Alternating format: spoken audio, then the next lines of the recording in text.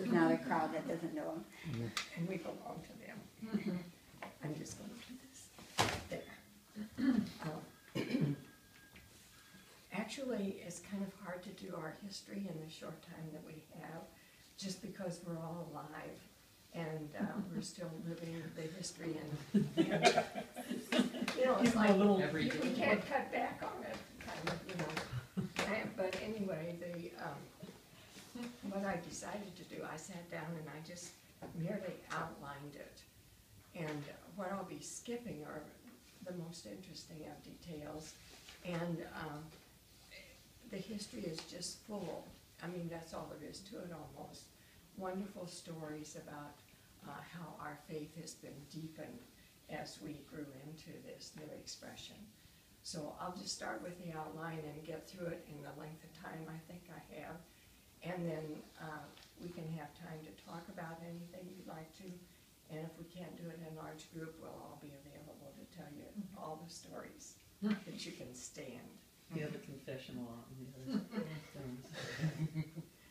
Well, back in 1981, the bishops came out with their letter on economic justice for all.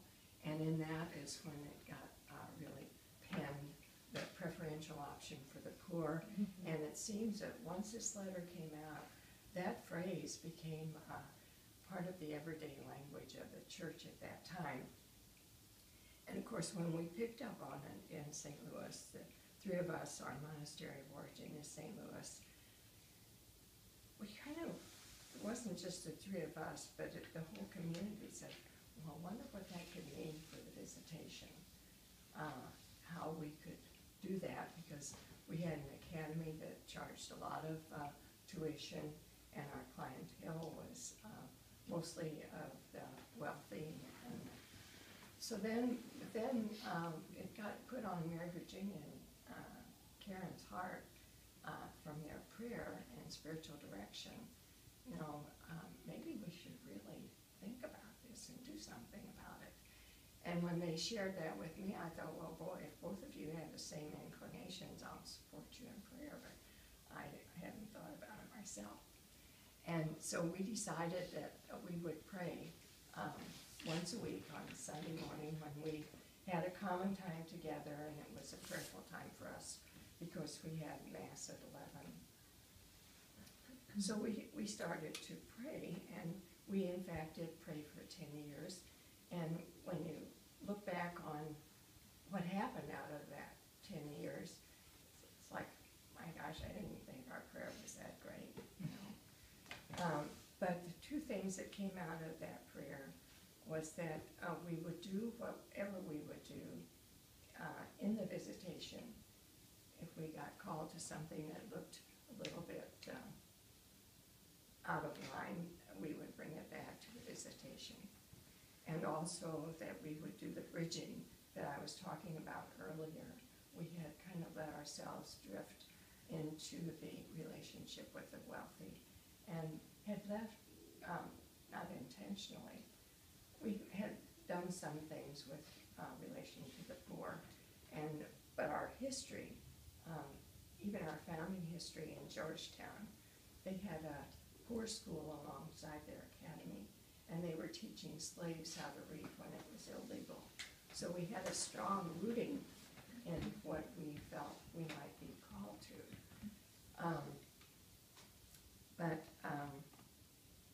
As we prayed in those 10 years, besides those two things that we carried with us, the bridging and doing it in the visitation, and that doing it in the visitation was like throwing a gauntlet or a fleece or whatever in front of God, because we didn't know how on earth it could happen, you know. But other things did happen in that prayer that gave us pause, thinking, well, maybe this is what we're praying about. And that was, we decided to make a full-time salary for a person that would develop a social justice program in a group of 5 parishes in the city, and we do that $40,000 a year for forever. In St. Louis. Yeah, in St. Louis. And we thought, oh golly, that could do it. didn't, our prayer just called us on, you know. And then all of us were involved in the religion department and the liturgy and campus ministry.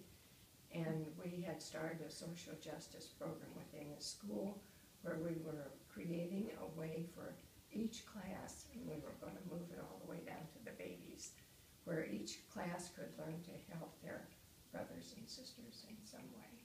You know, we thought, you know, that's really pretty good too. But that wasn't the answer. You know, we kept on praying. And then our federation had a long-range plan, more than, I think it took us 5 years at least to get through this, because there was ongoing consultation with each monastery. And when we got to reviewing those, our studies had to do with checking the authenticity of our life, care of the elderly, new options, closures, and there was a fifth one, I can't remember. But when we got together finally after 5 years and a lot of work and a lot of reports, and we were going through the final presentation of these 5 areas that we would take care of in renewing our life, we checked the goals and the strategies and everything. And there was only one mention of the poor in that, and it was hooked on to a strategy that seemed to me weakened the strategy and didn't do a thing for the poor. So anyway, we went to bed on all of our reviewing of that, and the next day when we got up, Father Gallagher was there. You remember? You know, you're too young for that. Before your day. Yeah. But anyway, Bill Gallagher and I had a good relationship. We could say it as it is to one another. You good out. Yeah. But anyway, the next morning he said, now after you've slept on this, is there anything, you know, that you want to say before we do the final vote? This is it, we'll go with it. I mentioned that we hadn't done anything as far as social justice was concerned. And I had asked them to remove that the day before, and they had, you know, removed it. I said, now there is nothing in there about the poor. And why that happened, I don't know, because we were praying about it, we didn't make the connection. I think the long-range plan was in such move along of its own that we just didn't even connect it. Well, anyway, everybody was kind of astonished, and everybody said, oh, we have to do something about that. And our superior said, well, as long as these 3 have been praying about it for all these years, why don't we just make them be a committee? And so they all said yes to that, and I'm moving this along, hopefully. So we became the prayers became the committee, and we said, well, if this is federation, it can't be just all St. Louis, so we got Mary Frances in on this. Snagged me in. Yes, we did. And then, so the committee went to work, and we made a proposal, which was really 2-pronged. The first one had to do with what an existing monastery could do, should do immediately. And then the second part of it was, well, maybe we ought to think about, you know, living with the poor again, the way we did back in Georgetown in some way. And the superiors, when they heard the proposal, said, well, we'll take care of that first part of it. We'll go back and see what we can do in our monasteries. But why don't you go ahead and see what you can do about founding a monastery in the midst of the poor? Well, I mean, that was God's answer, because St. Louis was never going to do it on their own. And they were already a little bit, I think they realized that our praying together for all those years meant some kind of detachment. So they weren't quite, you know, they were more than we were about it. What year was that meeting, you know, that this this was happening? Probably 88, I think. Yeah. Yeah. It wasn't 89 because we were here. Yeah, it was.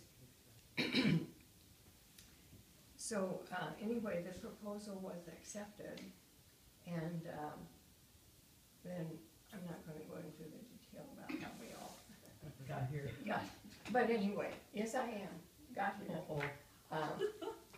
But then the decision had to be made: would it be in St. Paul or St. Louis?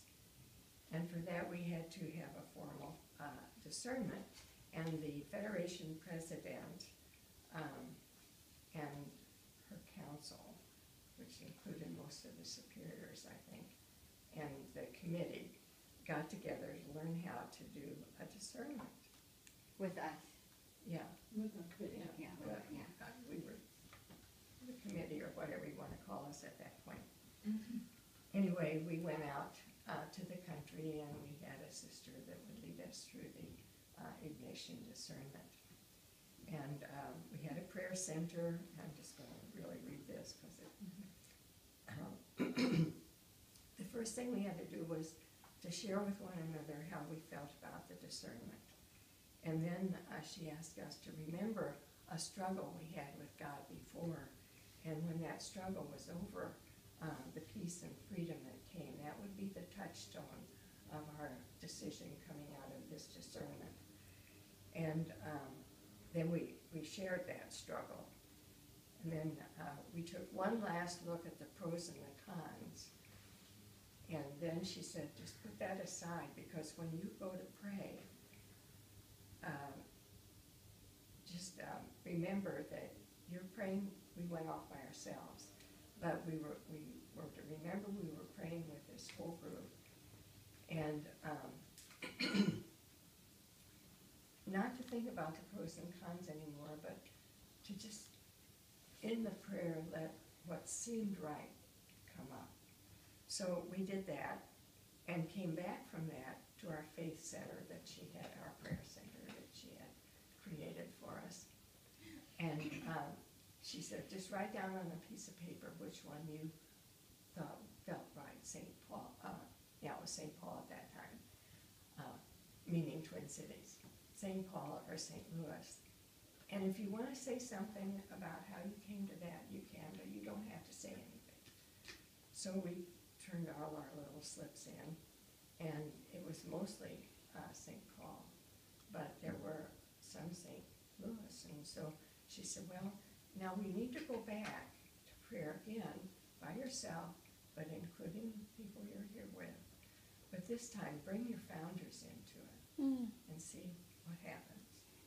So anyway, I was one of them. You don't share anything. It's all confidential. But since it's mine, I can share it. I went back out there, and as soon as I invited the founders in, oh my gosh, I didn't even get to ask them a question. It was like, in my meeting, I heard, it doesn't matter where it is. It doesn't make any difference. But the difference is that it should be, you know. And it's like, wow, well, then I'll go back and I'll say St. Paul, you know.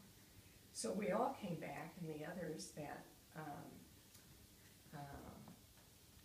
had said St. Louis, and I don't remember how many there were. Three. Anyway, they said St. Paul, and by golly, it was over. That was the decision.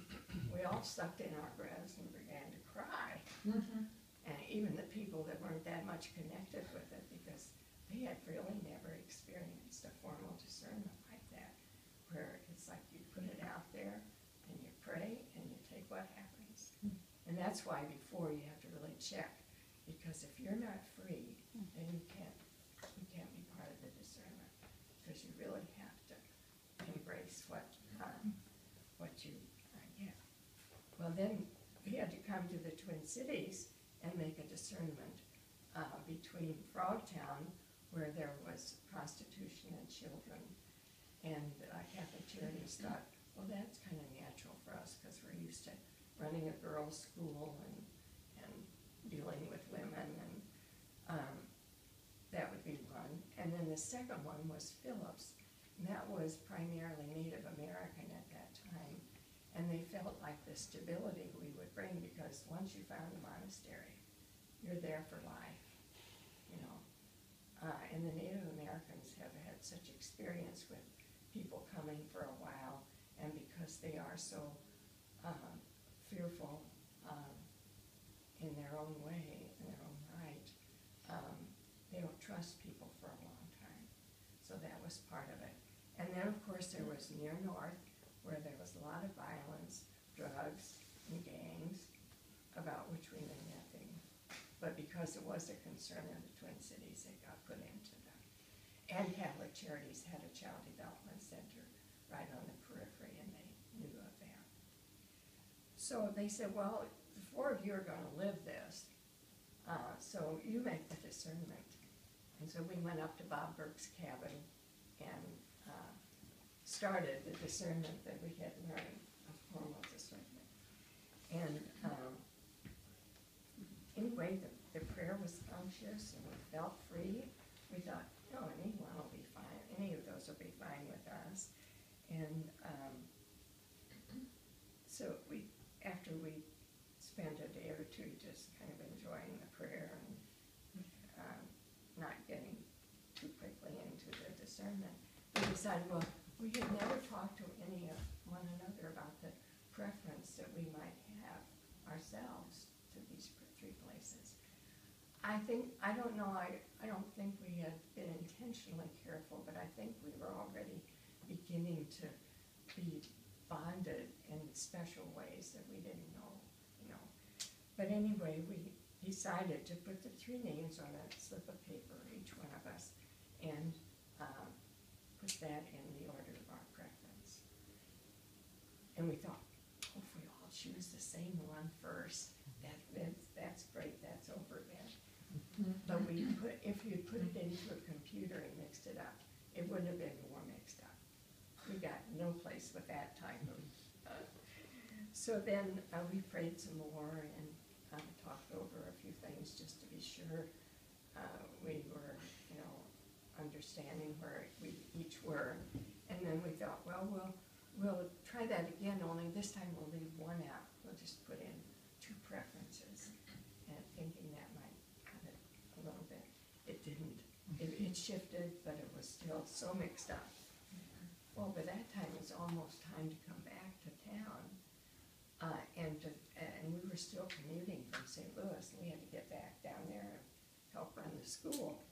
So we were getting pressured and tired, and so the night before we were supposed to leave, we hadn't come up with anything, and Mary Virginia said, well, why don't we draw straws? And I said, oh, that's too much like sudden death. Couldn't do it. And after getting really silly about what to do, we decided we would just go to bed and pray for a dream. And of course, we took the tablet to bed with us, so if we had a dream, we would write down. When we woke up the next morning, nobody had had a dream about anything, let alone about the discernment. So we went off on our little walk and got ready to come back to our prayer center where the communion was. And we also had put an envelope there that had two of our friends that knew us well, knew the Twin Cities well, had put down what they wanted or what they thought would be good. But they said, you cannot open that because we want this to be of the Holy Spirit, you know, so you only open that afterwards. And we had said, why don't we just open that if they're both in agreement? We didn't do it. But anyway, that was at our prayer center. We went out to pray. We came back, and Mary Virginia, I think, was open the scripture to the 2 Corinthians, where it talks about God's foolishness is wiser than our foolish wisdom. And it was we loved it, that part of it. But then I did our final tapping. We put down just one name. And they were all near north where the names and the islands, except one was Frogtown. And then we said, oh my goodness, you know, it was time to go back to town. And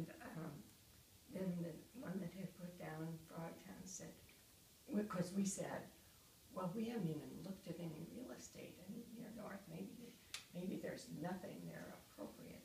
So then, if that doesn't work, we'll just go to Frogtown. That'll be our second decision. Well, she said, no, it's near North. I'm willing. We'll just go with near North. And so that was pretty final. And and so then we felt free to open those envelopes. And they both said Phillips. and we thought, oh my God, what have we done?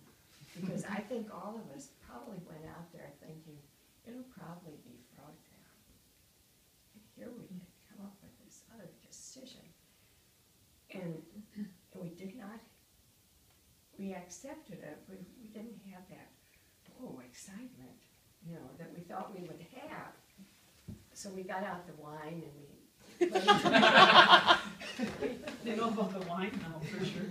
It wasn't. And then we played John Michael Talbot's Magnificat, which is kind of serene. And we drank, well, here's to near North. I don't know if we even quit the glasses. But anyway, then we settled in. It was time for lunch. And we started getting lunch, and then we said, well, we better call Quran because she was our canonical superior. You have to have a canonical superior, and it needs to be the nearest to what you're doing. And anyway, Mary Frances, why don't you tell about that, because you were the one. We just heard her say. Well, so we called Sister Prom Reed to tell her, and we didn't hardly raise those glasses because we thought, gosh, we didn't have a dream. This is really not been confirmed. So anyway, Sister Prom Reed was in her office with one of the sisters, and we said, well, we just called to let you know that we have decided where our new monastery is going to be. And Sister Prom Reed said, oh, great. I'm glad that you called because I had the most phenomenal dream last night. And she said, I said, well, what was the dream? And of course, they're all just listening, And we said, she had a dream. No speakerphones in those days. So anyway, I said, tell us what your dream was. And she said, well, my dream was that I saw the four of you kind of walking down this corridor. You had bags under your eyes, and you looked like you'd really been through the ringer. We were 25 years younger then. That's right, that's right. And she said, I kept hearing this word, it will be near North. It will be near North. And we said to each other, that's the confirmation. Then we got excited. Yeah. And then the other part of it was the sister that was sitting in there. She said to this sister, Sister Margaret, they're going to be they're going to be in near North. But I had a dream. I had the dream. And she said, well, certainly you had the dream because tell them a little bit. Well, in the early history of the Visitation, the first 150 years, there's a 12-volume in French book called Année Sainte, the Holy Year, and on the feast, and these are little vignettes from the stories of the early sisters, and in this particular one for the former feast of St. Francis de Sales, which used to be January 29th, he was visiting, as it was recorded, he was visiting Holy Mother, and he said, I went to visit the hearts of all of my sisters. And she said, well, how are you going to do that? And he said, well, I'm going to do it by visiting the heart of the Superior, because if they are in union with her, they are in union with one another. And see, Sister Prom Marie was our canonical Superior. Totally, I know nothing about Année Sainte except they were to be dusted off in the old part of the library in St. Louis. But it was just such a wonderful confirmation, but because we really did struggle about the place. So there it was, and then from that time on, we were free, totally free. And once it got started, it was going. It's been nonstop, and I just wrote 3 things about what happened since we've been here in the history to summarize. All the stories will back this up. We came here to live our Visitation way of life, our life of prayer and community and presence. And we didn't have an agenda, we just accept that from the people that come to us.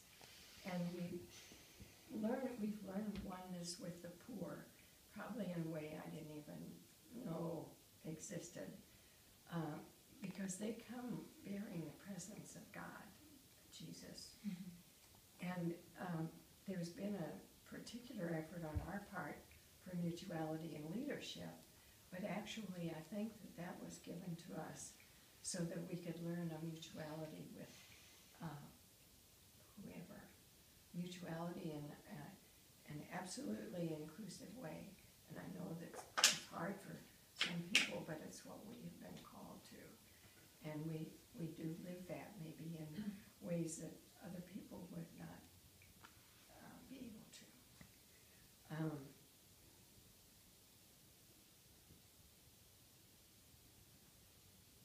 The other thing is that,